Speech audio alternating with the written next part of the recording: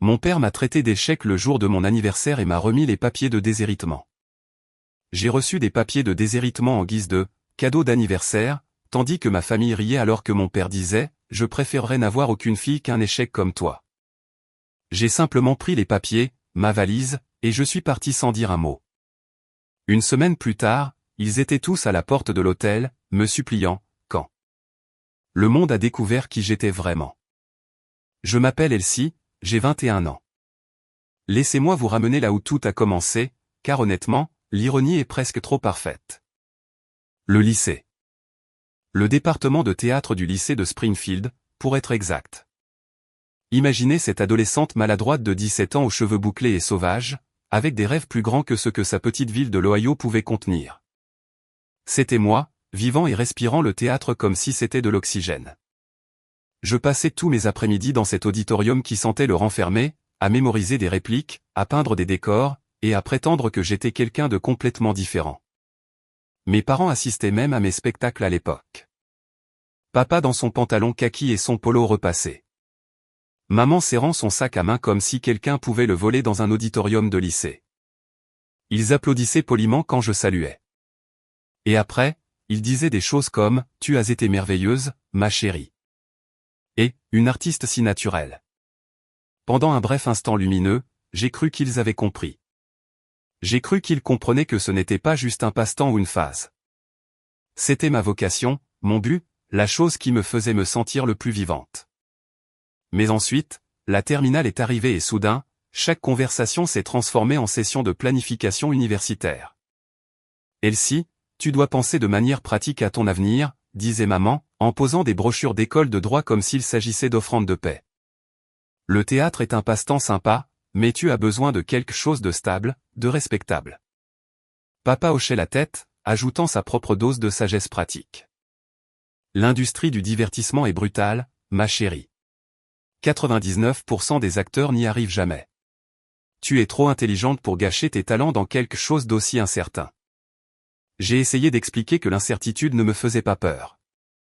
J'ai essayé de leur montrer des articles sur des acteurs à succès qui avaient commencé avec rien, des statistiques sur l'industrie croissante du cinéma et de la télévision, des exemples montrant comment la formation théâtrale faisait de vous un meilleur communicant dans n'importe quel domaine. Mais ils avaient déjà pris leur décision. Dans leur vision de mon avenir, je portais un tailleur et une mallette, je n'étais pas sur une scène à vider mon cœur pour des étrangers. Le compromis qu'ils m'ont offert ressemblait à une condamnation à mort déguisée en générosité, va à l'université, obtiens ton diplôme dans quelque chose de pratique, et ensuite, si tu veux toujours poursuivre le théâtre, tu auras quelque chose sur quoi retomber.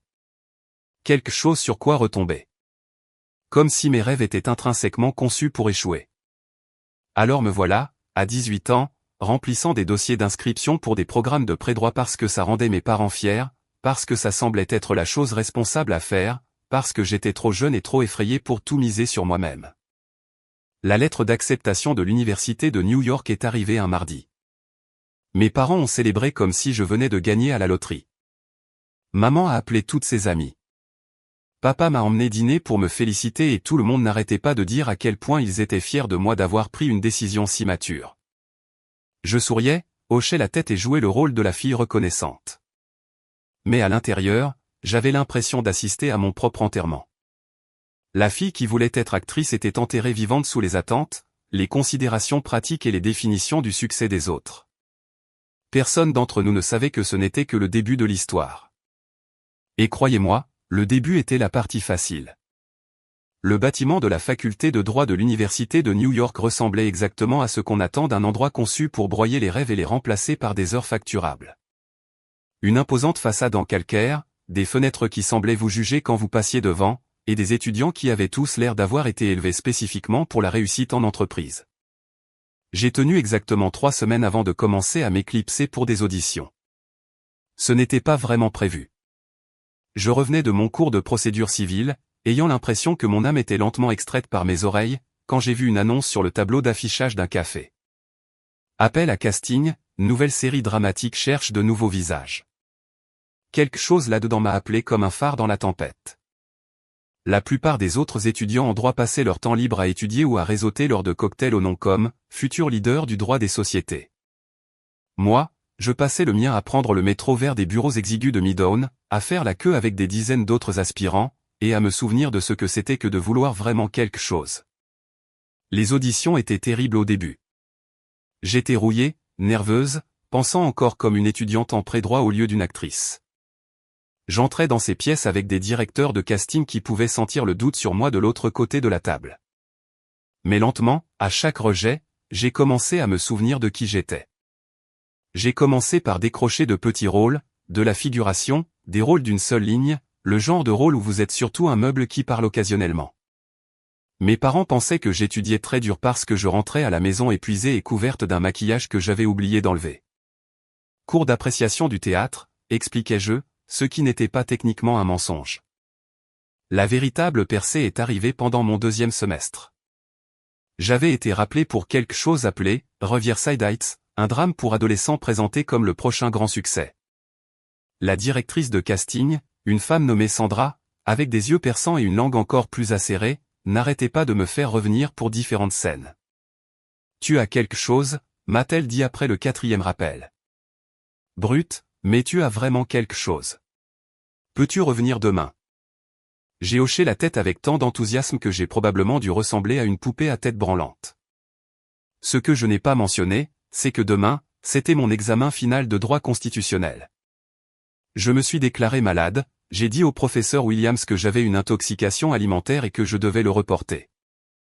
Puis je me suis présenté à ce dernier appel avec tout ce que j'avais, chaque once de talent, de désespoir et d'espoir que j'avais accumulé depuis le lycée. 2 jours plus tard, Sandra a appelé, « Félicitations, Elsie. Bienvenue à Riverside Heights. Tu es notre nouvelle Rebecca Morrison. » Rebecca Morrison, la fille tourmentée mais brillante de la famille la plus en vue de la ville, dont les secrets allaient alimenter la moitié des intrigues de la série. Un rôle principal, un véritable rôle principal, honnêtement, dans une série que les chaînes se disputaient déjà. J'ai raccroché le téléphone et j'ai immédiatement fondu en larmes, là, au milieu de la bibliothèque de l'Université de New York. Des larmes de joie, des larmes de terreur. Des larmes de « qu'est-ce que je suis en train de faire ?» Parce que je savais, avant même de composer le numéro de mes parents, que cela allait tout changer. Qu'il n'y avait plus moyen de jouer sur les 2 tableaux. Plus moyen de continuer à prétendre que j'étais la studieuse étudiante en droit tout en construisant secrètement la carrière d'actrice qu'il m'avait interdit de vouloir. Le téléphone a sonné 3 fois avant que papa ne décroche. « Salut, ma chérie. Comment vont les cours ?»« Papa, dis-je, ma voix tremblant déjà. Je dois te dire quelque chose d'important. Avez-vous déjà vécu ce moment où vous savez que vous êtes sur le point de lâcher une bombe qui va tout changer ? C'est exactement là où j'en étais, debout dans ma minuscule chambre de dortoir de l'université de New York, le téléphone collé à l'oreille, sur le point de dire à mes parents que leur pire cauchemar venait de se réaliser. J'ai eu un rôle, papa. Pas n'importe quel rôle. Le rôle principal dans une série télévisée qui va être diffusée sur une grande chaîne. Silence. Le genre de silence qui s'étire si longtemps que vous commencez à vous demander si l'appel n'a pas été coupé. Finalement, la voix de papa, soigneusement contrôlée. Elsie, nous avons déjà parlé de ça. Tu es à l'école de droit. Ce truc d'actrice est une distraction. Ce n'est plus une distraction, papa. C'est ma carrière. Ils veulent me faire signer un contrat de 3 ans. Nous commençons à tourner dans 2 semaines. 2 semaines ? La voix de maman s'est jointe à la conversation, aiguë de panique. Elsie, tu as tes examens. Tu as tout ton 2e semestre devant toi. Tu ne peux pas simplement abandonner tes études pour une série télé qui pourrait être annulée après 6 épisodes. J'ai pris une profonde inspiration, sachant que ce que j'allais dire ensuite ferait exploser la relation qu'il me restait avec ma famille. J'abandonne l'école de droit. L'explosion a été immédiate et dévastatrice. Absolument pas. La voix de papa a tranché dans le téléphone comme une lame. Nous ne payons pas pour que tu gâches ta vie pour une fantaisie hollywoodienne. Nous t'avons mieux élevé que ça, a ajouté maman, sa voix pleine de déception.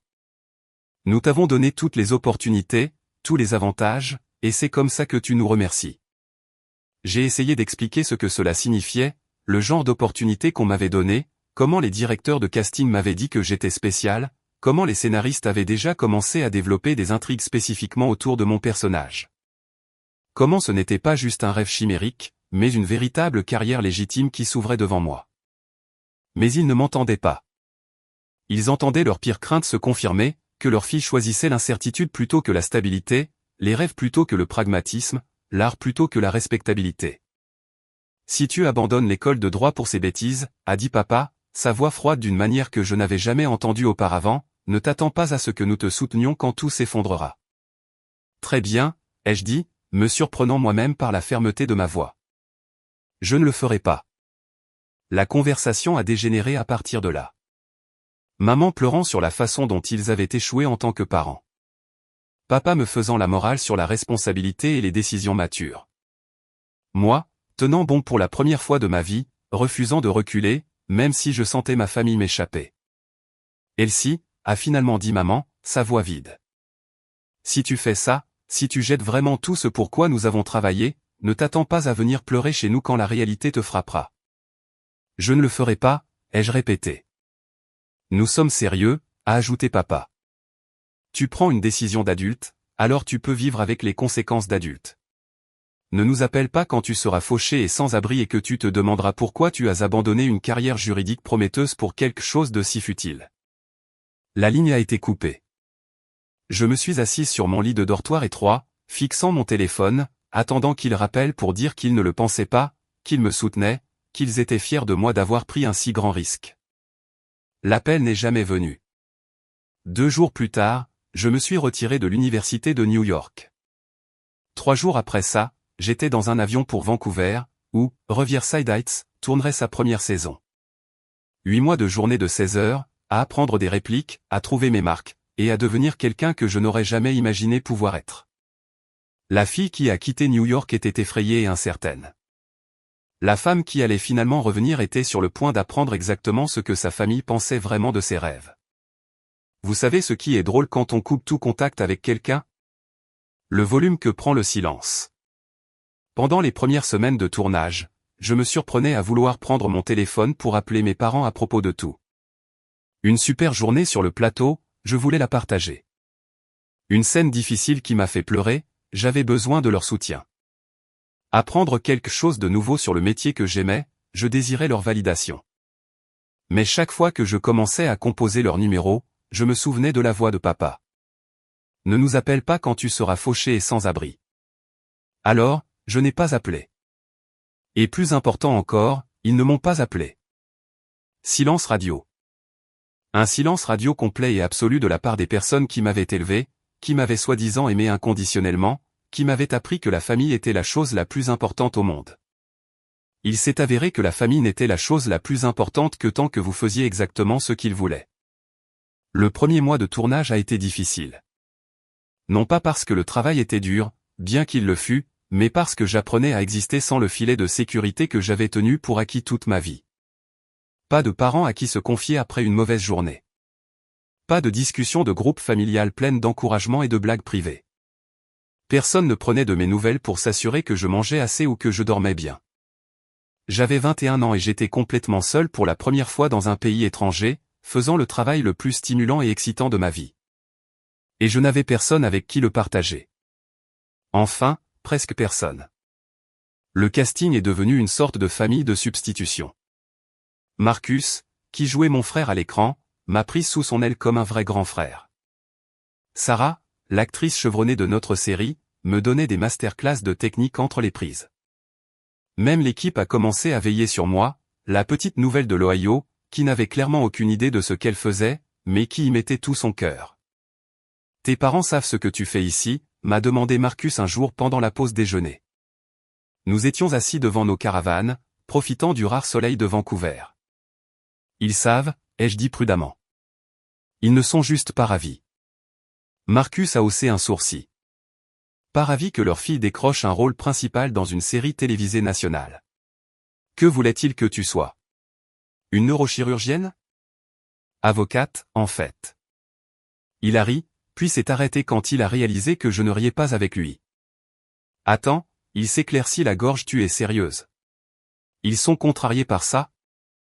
J'ai hoché la tête, ne faisant pas confiance à ma voix pour rester stable si j'essayais d'expliquer toute l'histoire. C'est insensé, a-t-il dit en secouant la tête. Ma mère dit à tout le monde dans notre quartier que je suis à la télé. Elle enregistre mes vieilles pubs. Tes parents ratent l'occasion d'être fiers de quelque chose d'incroyable. C'est ce qui faisait le plus mal, en fait. Non pas qu'ils n'étaient pas d'accord avec mon choix, mais qu'ils ne pouvaient pas voir ce que tout le monde voyait, que j'étais doué pour ça, que j'avais ma place ici, que je construisais quelque chose de significatif et de beau avec ma vie. Le pire, c'était de me demander s'ils n'avaient pas raison, peut-être que je me faisais des illusions, peut-être que je jetais quelque chose de précieux pour quelque chose de sans valeur. Peut-être que leur silence n'était qu'une attente, qu'ils attendaient que je revienne à la raison et que je m'excuse d'avoir été si stupide. Ces doutes se faisaient plus forts les jours difficiles, quand je n'arrivais pas à me souvenir de mes répliques, ou quand une scène ne fonctionnait pas, ou quand je me sentais comme une usurpatrice entourée de vrais acteurs qui savaient vraiment ce qu'ils faisaient. Mais ensuite, quelque chose de beau se produisait. Une scène s'emboîtait parfaitement, où je réussissais un moment émouvant qui m'avait posé des problèmes, où un réalisateur me prenait à part pour me dire à quel point il était impressionné par ma progression. Et je me souvenais pourquoi j'avais choisi cette voie en premier lieu. 8 mois. C'est le temps que j'ai passé sans parler à ma famille. 8 mois de la période la plus transformatrice, stimulante et excitante de ma vie. Et ils ont tout manqué. Je me disais que ça n'avait pas d'importance, que je construisais une nouvelle vie avec de nouvelles personnes qui soutenaient réellement mes rêves. Mais au fond de moi, je continuais d'espérer que lorsque la série serait diffusée, lorsqu'ils verraient ce que j'avais accompli, lorsque le reste du monde reconnaîtrait ce que je faisais, peut-être qu'ils changeraient d'avis. Peut-être qu'ils se souviendraient qu'ils étaient fiers de moi autrefois. Peut-être qu'ils voudraient faire à nouveau partie de ma vie. Elle s'éclaircit la gorge, j'étais sur le point de découvrir à quel point cet espoir était naïf. Le tournage s'est terminé un mardi de début novembre, 8 mois après avoir entendu pour la dernière fois la voix de mes parents. Alors que l'équipe rangeait le matériel et que les acteurs échangeaient leurs coordonnées et des promesses de rester en contact, j'ai réalisé que je faisais face à un problème que je n'avais pas anticipé. Que faire ensuite ? La plupart des acteurs rentraient à Los Angeles pour attendre des nouvelles sur une éventuelle deuxième saison. Quelques-uns rentraient chez eux pour rendre visite à leur famille avant la diffusion de la série en janvier. Tout le monde avait un endroit où aller, des gens qui les attendaient, des plans qui avaient du sens. J'avais un petit appartement que je payais mais où je vivais à peine, et des parents qui avaient très clairement fait savoir qu'ils ne voulaient pas de mes nouvelles. « Tu viens à la fête de fin de tournage ce soir ?» a demandé Sarah, en passant son bras sous le mien alors que nous nous dirigions vers le parking. « Je ne manquerai ça pour rien au monde », ai-je dit, forçant une gaieté dans ma voix que je ne ressentais pas. La fête de fin de tournage était tout ce qu'on pouvait attendre d'un groupe de jeunes de 20 ans qui venaient de passer 8 mois à travailler 18 heures par jour ensemble. Musique forte, vin bon marché, et tout le monde parlant en même temps de ses moments préférés de la saison. Pendant quelques heures, j'ai réussi à oublier l'anxiété grandissante dans ma poitrine à propos de la suite. « Alors, c'est quoi ton plan ?» a demandé Marcus lors d'un moment plus calme. Nous étions sur le balcon de l'hôtel, regardant l'horizon de Vancouver. Un plan ? J'ai ri, mais le son était creux. C'est optimiste. Je pense que je vais rentrer à mon appartement, attendre que la série soit diffusée, et voir ce qui se passe ensuite. Et pour Noël ? Tu rentres à la maison ? La question m'a frappé comme un coup. À la maison ? Où était exactement la maison quand votre famille vous avait essentiellement renié pour avoir poursuivi vos rêves ? Peut-être, ai-je dit vaguement, je suis encore en train de voir. Mais au fil des semaines et à l'approche de décembre, l'idée a commencé à germer dans mon esprit. Et si je rentrais à la maison ? Et si je me présentais pour Noël et que j'essayais de combler le fossé qui s'était creusé entre nous ? Et si 8 mois avaient suffi pour que je leur manque ? Pour qu'ils regrettent leurs paroles dures. Pour qu'ils réalisent qu'une famille devrait se soutenir mutuellement même en cas de désaccord. Plus j'y pensais, plus ça avait du sens. Je rentrerais en tant que succès, pas en tant qu'échec. J'avais une série télévisée sur le point d'être diffusée. Une carrière qui décollait vraiment. La preuve que mes rêves n'étaient pas aussi insensés qu'ils l'avaient prétendu. Peut-être que c'était exactement ce dont nous avions besoin pour guérir la rupture entre nous. J'ai commencé à faire des plans sans vraiment m'avouer que c'était ce que je faisais. J'ai réservé un vol pour l'Ohio pour le 20 décembre, mon anniversaire. J'ai cherché des hôtels près de la maison de mes parents au cas où les choses seraient encore tendues et que j'aurais besoin d'un endroit où rester. J'ai même commencé à acheter des cadeaux de Noël, imaginant leur visage quand ils verraient à quel point je réussissais. Tu es sûr de ça, m'a demandé Marcus quand je lui ai parlé de mon plan. Nous déjeunions à là où j'étais resté temporairement en attendant de savoir quoi faire ensuite. C'est Noël, ai-je dit, essayant de paraître plus confiante que je ne l'étais. La famille est censée être ensemble à Noël. La famille est aussi censée soutenir les rêves de chacun, a-t-il souligné gentiment. Mais la tienne t'a mise à la porte quand tu avais le plus besoin d'eux. Je savais qu'il avait raison. Logiquement, je comprenais que rien dans leur comportement ne suggérait qu'ils avaient soudainement changé d'avis sur mes choix de carrière. Mais il y avait cette partie têtue de moi qui refusait de croire que mes parents pouvaient vraiment être si froids, si impitoyables, si incapables de changer. Ils m'avaient élevé. Ils m'avaient aimé pendant 21 ans. Cela devait sûrement compter pour quelque chose. Alors, j'ai réservé le billet, fait ma valise avec des tenues soigneusement choisies qui avaient l'air réussies, mais pas ostentatoires. J'ai répété des conversations dans ma tête où j'expliquerais à quoi avaient ressemblé les 8 derniers mois, à quel point j'avais grandi, à quel point cette voie s'était avérée être la bonne. J'ai même écrit une lettre que je n'ai jamais envoyée, pleine de tout ce que je voulais dire sur le fait qu'il m'avait manqué, que j'étais désolé que nous nous soyons éloignés, que je voulais tellement qu'il soit à nouveau fier de moi.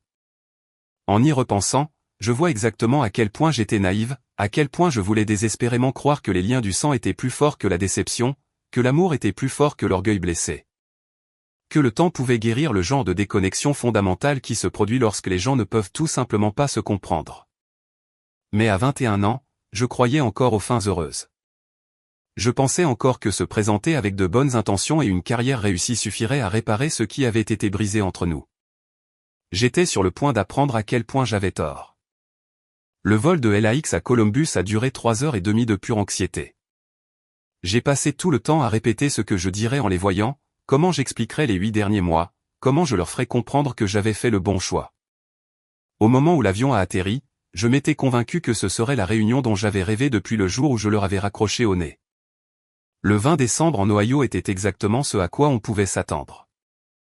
Ciel gris, froid glacial, et cette sorte de morosité hivernale particulière qui donne l'impression que tout a été vidé de ses couleurs. J'ai récupéré ma valise au carrousel à bagages et j'ai cherché mes parents du regard, même si je ne leur avais pas dit que je venais. Surprise, n'est-ce pas? Se présenter le jour de mon anniversaire avec la preuve que j'avais réussi quelque chose. Et sûrement, ils seraient si heureux de me voir que tous les sentiments blessés s'évanouiraient. Personne n'était là, évidemment, parce que personne ne savait que je venais. J'ai pris un taxi jusqu'à leur maison, regardant des quartiers familiers défiler par les fenêtres et ressentant ce mélange étrange de nostalgie et d'appréhension qui accompagne le retour dans un endroit qui était autrefois votre maison mais ne le semble plus tout à fait. La maison était exactement la même. Même revêtement beige, même pelouse parfaitement entretenue, même couronne de saison que maman changeait religieusement toutes les quelques semaines. La voiture de papa était dans l'allée à côté du SUV de maman, ce qui signifiait qu'ils étaient tous les deux à la maison. Parfait. C'était l'heure de la grande réunion. J'ai payé le chauffeur de taxi et je suis resté un moment sur le trottoir.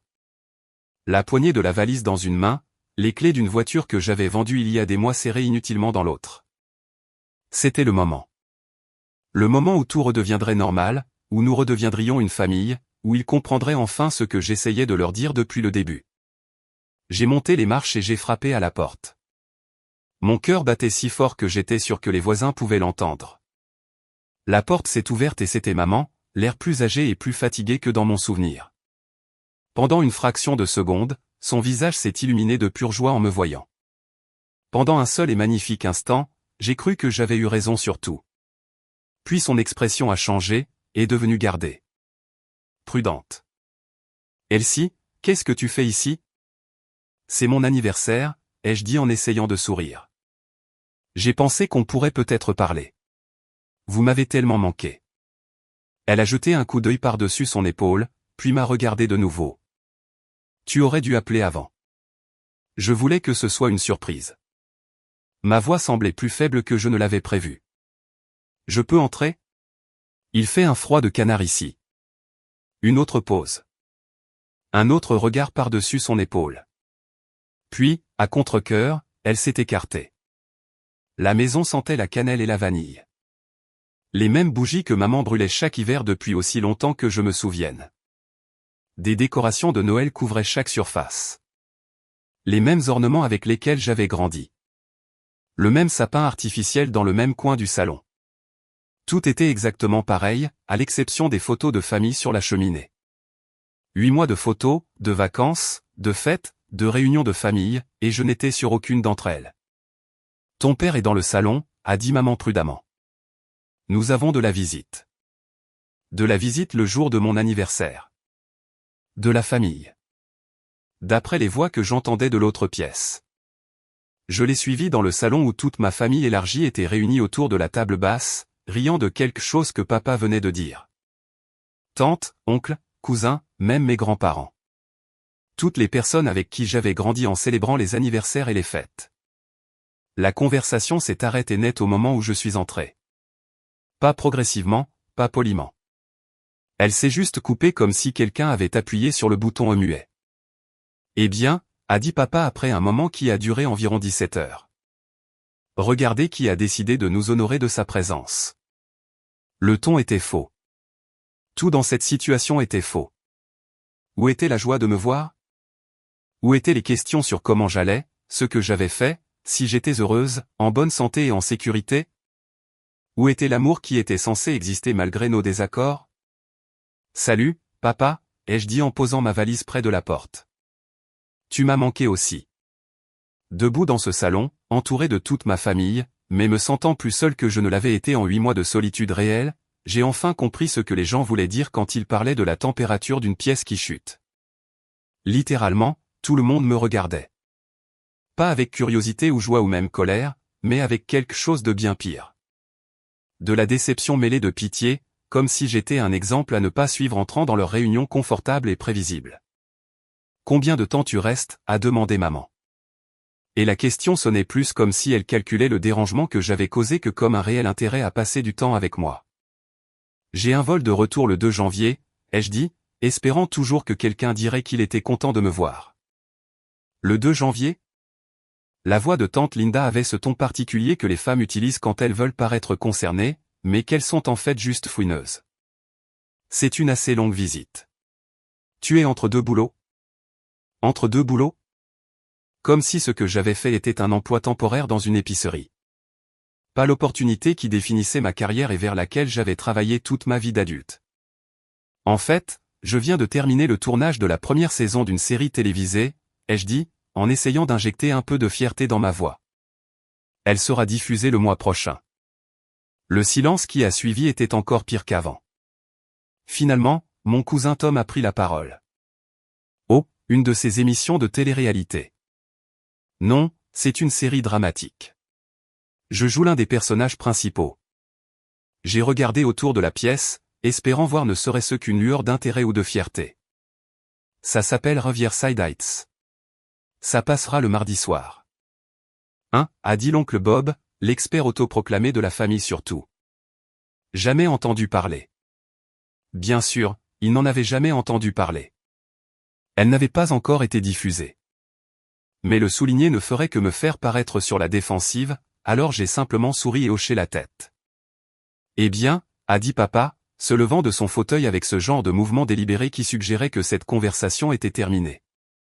Je suis sûr que c'est très excitant pour toi.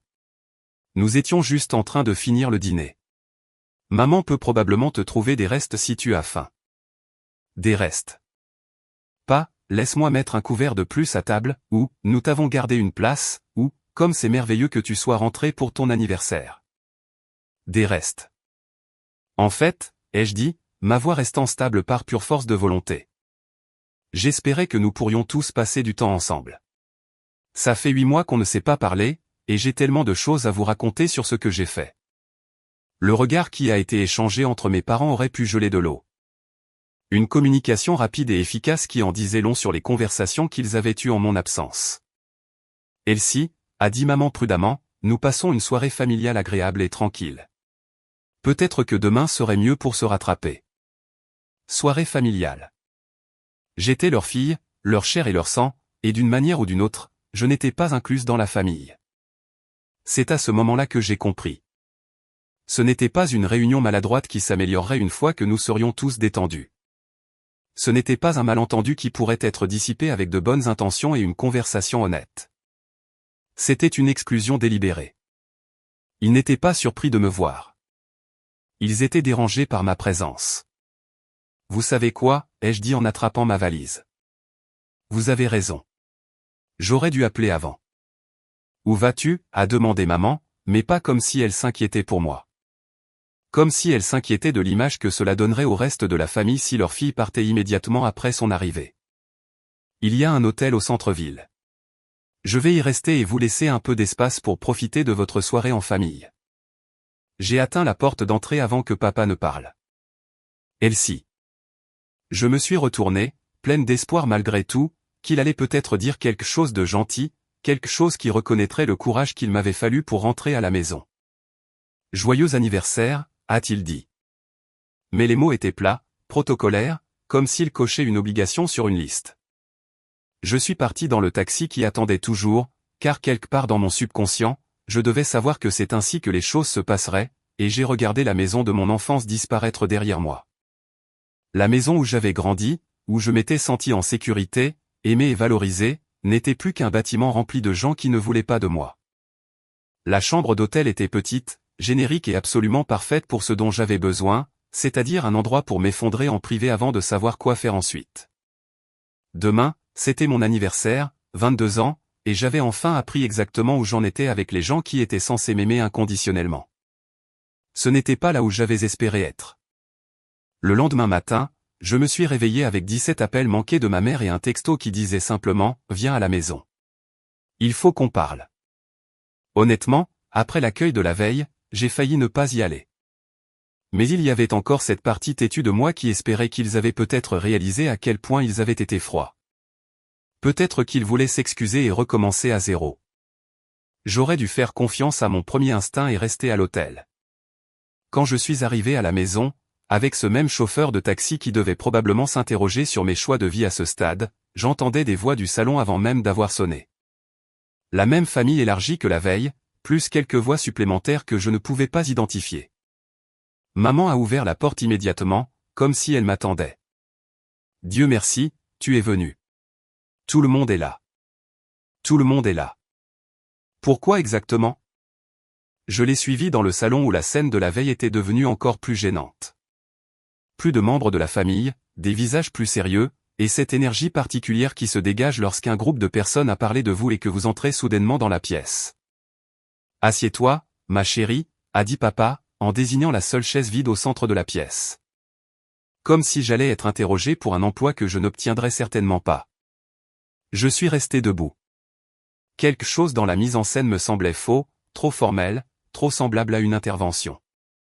Tout va bien, ai-je demandé, en regardant les visages qui allaient de mal à l'aise à carrément hostile. Nous devons discuter de ta situation, a dit papa. Le mot « situation » est sorti comme s'il parlait d'un problème à résoudre. Ma situation? L'oncle Bob s'est éclairci la gorge. Elsie, nous sommes tous préoccupés par la voie que tu as choisie. Ce truc d'actrice n'est pas durable, et il est temps que tu affrontes la réalité. Ce truc d'actrice. 8 mois du travail le plus dur et le plus gratifiant de ma vie réduit à un truc. Nous avons discuté, a ajouté maman. Et nous pensons qu'il serait préférable que tu rentres à la maison, que tu te réinscrives à la faculté de droit, et que tu mettes cette phase hollywoodienne derrière toi. Phase hollywoodienne? Comme si ma carrière équivalait à une adolescente se teignant les cheveux en bleu ou se faisant un tatouage douteux. J'apprécie votre inquiétude, ai-je dit prudemment. Mais je ne changerai pas d'avis. Ce n'est pas une phase. C'est ma vie. La température dans la pièce a encore baissé de quelques degrés. Dans ce cas, a dit papa, en attrapant une enveloppe sur la table basse. Nous avons quelque chose pour toi. Il s'est levé, s'est approché de l'endroit où je me tenais toujours près de l'entrée de la pièce, et m'a tendu l'enveloppe avec une formalité qui ressemblait plus à une transaction commerciale qu'à un moment familial. Qu'est-ce que c'est, ai-je demandé, bien que quelque chose au fond de mon estomac savait déjà que je ne voulais pas le savoir. Ouvre-la, a-t-il dit simplement. Mes mains tremblaient en déchirant l'enveloppe. À l'intérieur se trouvaient plusieurs documents d'aspect officiel avec des en-têtes de cabinet d'avocats et mon nom en haut. Il m'a fallu un moment pour comprendre ce que je lisais, pour transformer le langage juridique en quelque chose de sensé. Des papiers de déshéritement, formels, légaux, notariés. Considère ça comme un cadeau d'anniversaire, a dit papa, et je jurerais avoir entendu de la satisfaction dans sa voix. La pièce a éclaté de rire. Pas des gloussements gênés ou des ricanements nerveux, mais de vrais rires. Ma tante gloussait presque. Mes cousins souriaient narquoisement. Et mon oncle secouait la tête comme si c'était la chose la plus drôle qu'il ait vue de toute l'année.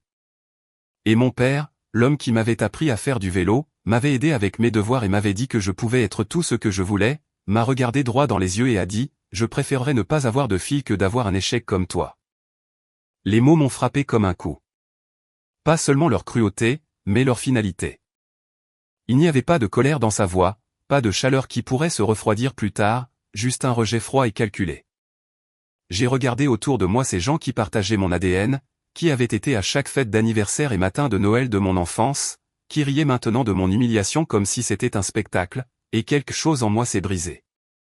Pas de manière dramatique, en sanglotant, mais plutôt comme une porte se fermant sur une partie de ma vie qui était maintenant officiellement terminée. J'ai plié les papiers soigneusement, les ai remis dans l'enveloppe et j'ai pris ma valise. Personne n'a bougé pour m'arrêter. Personne n'a essayé de reprendre ses paroles ou de dire qu'il ne le pensait pas. Je suis allé à la porte d'entrée, je l'ai ouverte et je suis sorti dans le froid de décembre. Derrière moi, les rires continuaient. Je suis monté dans le taxi, j'ai donné au chauffeur l'adresse de l'hôtel, et nous nous sommes éloignés de la maison où j'avais grandi. Je n'ai pas regardé en arrière. Il ne restait plus rien à voir. La chambre d'hôtel est devenue mon univers entier pour la semaine suivante. Chambre 237 au Holiday Inn de Springfield. Pas exactement la retraite glamour post-tournage que j'avais imaginé en réservant mon vol de retour, mais c'était la mienne, et personne là-bas ne se moquait de mes choix de vie. J'ai étalé ces papiers de déshéritement sur le petit bureau et je les ai lus encore et encore, comme si les mots pouvaient changer si je les étudiais assez attentivement. Mais non, c'était là, noir sur blanc, en langage juridique. Elsie Margaret Thompson n'était plus considérée comme une enfant de Robert et Margaret Thompson, avec effet immédiat. Pas d'héritage, pas de lien familial, pas de filet de sécurité d'aucune sorte. 22 ans, officiellement orpheline par choix plutôt que par tragédie. Vous savez ce qui est étrange quand on est complètement seul pour la première fois de sa vie? Le silence qui s'installe. Pas seulement l'absence d'appels téléphoniques ou de messages textes, mais l'absence du bruit de fond de l'appartenance à un endroit. Pas de discussion de groupe familial bourdonnante de blagues privées. Pas de nouvelles occasionnelles. Personne ne se demandant où vous êtes ou si vous avez mangé aujourd'hui. Juste vous, une chambre d'hôtel et la compréhension soudaine que les personnes qui étaient censées vous aimer inconditionnellement vous aimaient en fait de manière très, très conditionnelle.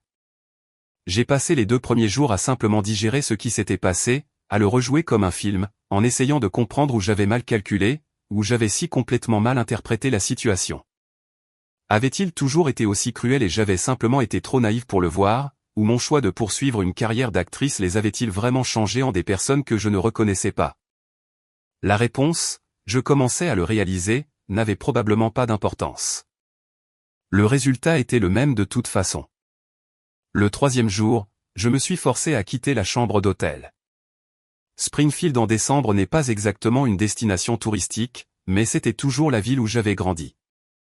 J'ai fait un tour en voiture, loué une voiture parce qu'apparemment j'étais une adulte maintenant, et les adultes résolvent leurs propres problèmes de transport. Je regardais tous les endroits qui signifiaient autrefois quelque chose pour moi, le lycée où j'avais découvert le théâtre, le café où j'avais passé des heures à mémoriser des répliques pour des auditions que mes parents considéraient comme une perte de temps. La bibliothèque où j'avais fait des recherches sur les universités à l'époque où je pensais que rendre mes parents fiers était la chose la plus importante au monde. Tout semblait plus petit que dans mon souvenir. Pas physiquement plus petit, mais moins significatif en quelque sorte. Comme retourner dans une maison d'enfance et réaliser que ce n'était qu'un bâtiment, pas l'endroit magique qui vivait dans vos souvenirs. J'ai croisé Madame Patterson à l'épicerie. Elle avait été mon professeur préféré au lycée, celle qui m'avait encouragé à auditionner pour le rôle principal dans notre pièce de terminale. Elsie, dit-elle, s'illuminant en me voyant. J'ai entendu dire que tu travaillais à la télévision maintenant. C'est passionnant. Pendant un instant, je me suis demandé comment elle l'avait su. Puis j'ai réalisé, petite ville, professeur fier, se vantant probablement de son ancien élève à quiconque voulait bien l'écouter. Merci, ai-je dit. C'est incroyable. Tes parents doivent être si fiers, a-t-elle continué. Et j'ai senti mon sourire vaciller. Oui, ai-je réussi à dire. Ils sont très fiers. Elle a bavardé encore quelques minutes sur la série et sur le fait qu'elle avait hâte de la regarder. Et je me suis retrouvé presque en larmes, là, dans le rayon des céréales. Non pas à cause de ce que ma famille m'avait fait, mais parce que cette femme qui me connaissait à peine était plus enthousiaste à propos de mon succès que les gens qui m'avaient élevé. Ce soir-là, j'ai appelé Marcus. Comment se passe la réunion de famille, a-t-il demandé. Et je pouvais entendre du bruit de fête en arrière-plan. Il était probablement à un événement de l'industrie à la, entouré de gens qui comprenaient que le métier d'acteur était un vrai travail dans lequel de vraies personnes pouvaient réussir. Ça se passe très bien, ai-je menti. Tout le monde est vraiment encourageant. Même en le disant, je savais qu'il ne me croyait pas, mais il a eu la gentillesse de faire semblant. Après avoir raccroché, je me suis assise sur le lit de l'hôtel et j'ai regardé mon reflet dans le miroir en face de moi. La fille qui me regardait avait l'air fatiguée, mais pas brisée, blessée, mais pas vaincue. J'étais sur le point de découvrir à quel point j'étais vraiment forte. Le 15 janvier, le jour où Riverside Heights devait être diffusé. Je connaissais cette date depuis des mois. Je l'avais à la fois redoutée et attendue depuis la fin du tournage. Dans toutes mes fantaisies à propos de ce jour, j'avais imaginé le regarder avec ma famille, voir leur visage lorsqu'ils réaliseraient ce que j'avais accompli, peut-être même recevoir des excuses pour la façon dont ils m'avaient traité. Au lieu de cela, j'étais seul dans une chambre d'hôtel de ma ville natale, sur le point de regarder mes débuts professionnels tandis que les personnes qui étaient censées être mes plus grands supporters faisaient comme si je n'existais pas. J'avais pensé retourner à là ou même à Vancouver où une partie du casting se réunissait pour une soirée de visionnage. Mais quelque chose me retenait ici, dans cet étrange espace liminal entre mon ancienne vie et ma nouvelle. Peut-être avais-je besoin de vivre ce moment jusqu'au bout à l'endroit où mes rêves avaient pris racine, même si je le vivais seul. J'ai commandé le service en chambre, du champagne et le plat le plus chic du menu, qui s'est avéré être du saumon avec des accompagnements qui coûtaient plus cher que ce que je dépensais en courses en une semaine, et je me suis installé pour regarder ma vie changer. La série s'ouvrait sur un plan large de la ville fictive de Riverside Heights. Toutes ces rues bordées d'arbres et ces pelouses parfaites cachant de sombres secrets. Puis j'étais là, remplissant l'écran d'une manière qui semblait encore surréaliste après 8 mois de tournage. Rebecca Morrison, le personnage dans lequel j'avais tout mis pour lui donner vie. Compliquée, intelligente, vulnérable mais forte, faisant face à une dysfonction familiale qui semblait inconfortablement familière compte tenu de mes circonstances actuelles. C'était bien. Vraiment bien. Pas seulement ma performance, que j'étais trop nerveuse pour juger objectivement, mais la série elle-même. Le scénario était incisif. Les autres acteurs étaient phénoménaux, et l'histoire se déroulait avec exactement le genre de qualité addictive qui pousse les gens à libérer leur emploi du temps pour un rendez-vous télévisuel. Quand la première pause publicitaire est arrivée, j'ai réalisé que j'avais retenu mon souffle. Mon téléphone vibrait de notifications. Marcus m'envoyait des textos depuis la soirée de visionnage de la. Sarah m'envoyait des émojis encourageants, même certains membres de l'équipe avec qui j'étais resté en contact m'écrivaient pour me féliciter. Mais rien de ma famille, rien de personne à Springfield qui aurait pu reconnaître mon nom au générique ou mon visage sur leur écran de télévision. La deuxième moitié de l'épisode était encore meilleure que la première.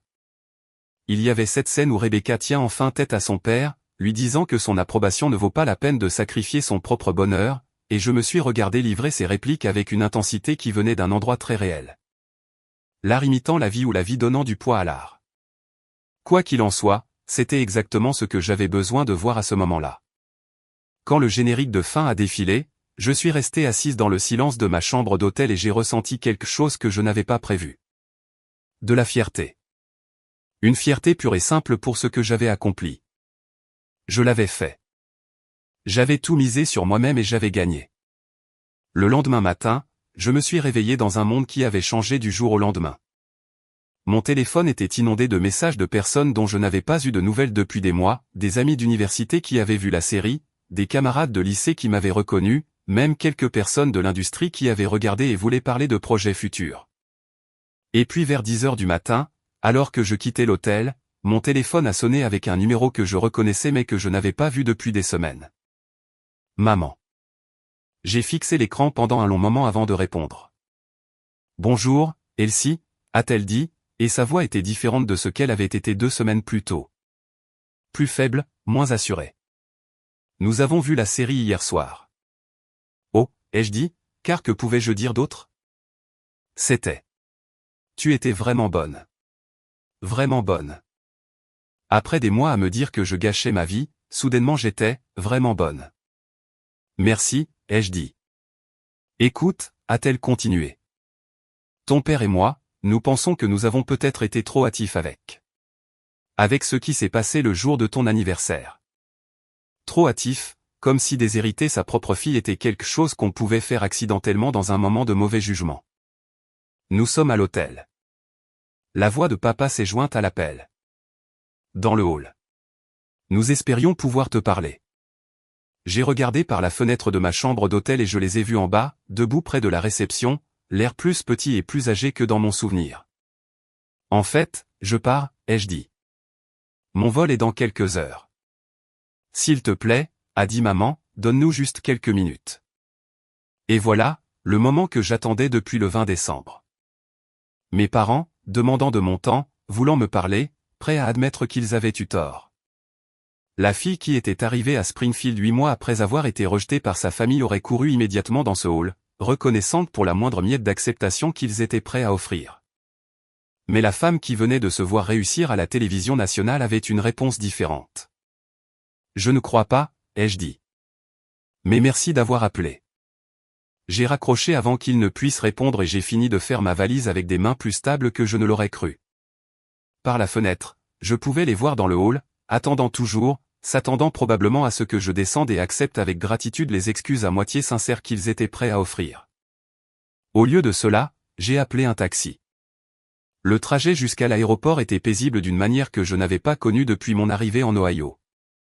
Pas d'anxiété sur ce que ma famille pensait de moi. Pas d'espoir que cette fois-ci serait différente. Pas de besoin désespéré de leur approbation.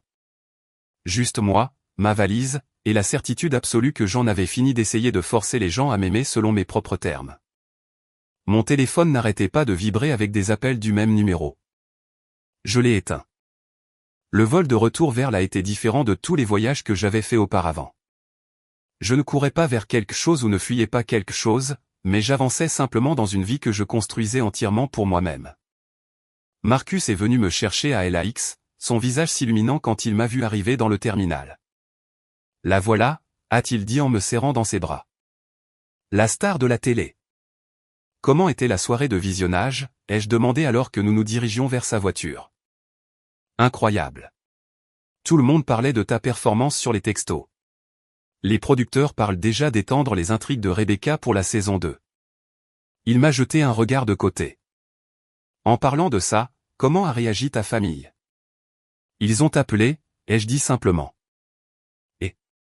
Et je n'ai pas répondu. Marcus a hoché la tête avec approbation. Bien joué. Parfois, la meilleure réponse à trop peu, trop tard est l'absence de réponse. Au cours des semaines suivantes, mon téléphone a continué de sonner avec des appels de mes parents. Des messages vocaux allant de l'excuse à la confusion, puis à une frustration croissante. Comme je ne répondais toujours pas, ils ont essayé différentes approches. Des emails, des lettres envoyées à mon agent, contactant même des amis du lycée qui pourraient encore avoir mon adresse actuelle. Mais j'avais appris quelque chose d'important pendant mes 8 mois de silence suivis de l'humiliation de mon anniversaire. Certains ponts ne valent pas la peine d'être reconstruits. Certaines relations ne sont saines que lorsqu'elles se terminent. La série a été un succès massif. Riverside Heights est devenu le genre de phénomène culturel qui a engendré des articles de fond, des théories sur les réseaux sociaux et même des analyses académiques. Rebecca Morrison est devenue un personnage dans lequel les jeunes femmes se reconnaissaient, qu'elles citaient sur Instagram et sur lequel elles écrivaient des fanfictions, et je suis devenu quelqu'un avec qui l'industrie voulait travailler. Les offres ont commencé à arriver presque immédiatement. Des apparitions dans d'autres séries, des auditions pour des films, des réunions avec des producteurs qui voulaient discuter de projets écrits spécifiquement pour moi.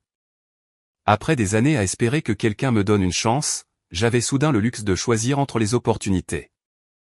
3 ans plus tard, j'étais assise dans ma maison des collines d'Hollywood, ma maison, achetée avec l'argent que j'avais gagné en jouant des personnages que j'aimais, quand mon assistant m'a apporté une pile de courriers qui comprenait une énième lettre de mes parents. J'ai failli la jeter sans l'ouvrir, comme je l'avais fait avec toutes les autres. Mais quelque chose m'a fait hésiter, peut-être la curiosité de savoir si leur approche avait évolué. Chère Elsie, commençait-elle. Nous espérons que cette lettre te trouvera en bonne santé. Nous suivons ta carrière avec une grande fierté. Une grande fierté. De la part des gens qui m'avaient traité d'échec en face et qui avaient ri en me déshéritant. Nous réalisons que nous avons fait des erreurs dans la façon dont nous avons géré ton choix de carrière, et nous espérons que tu envisageras de nous donner une autre chance de faire partie de ta vie. Une autre chance, comme si ce qu'ils avaient fait était un simple malentendu plutôt qu'une décision calculée de me blesser aussi profondément que possible. Nous t'aimons et tu nous manques. Et nous espérons que la famille peut surmonter n'importe quel désaccord. La famille, le même mot qu'ils avaient utilisé pour m'exclure de leur réunion, maintenant utilisé pour me culpabiliser et me faire oublier comment ils m'avaient traité quand j'avais le plus besoin d'eux. J'ai plié la lettre soigneusement, je suis allé à ma cheminée et je l'ai jetée dans les flammes. Certaines chances ne valent pas la peine d'être données. Certains amours arrivent trop tard pour compter. J'avais construit une belle vie sans eux, et je n'étais pas intéressé à faire marche arrière. 5 ans après cet anniversaire infernal, j'étais assise dans mon café préféré de West Hollywood, lisant un scénario pour ce qui allait devenir mon premier rôle principal dans un grand film, quand un nom familier est apparu sur mon téléphone.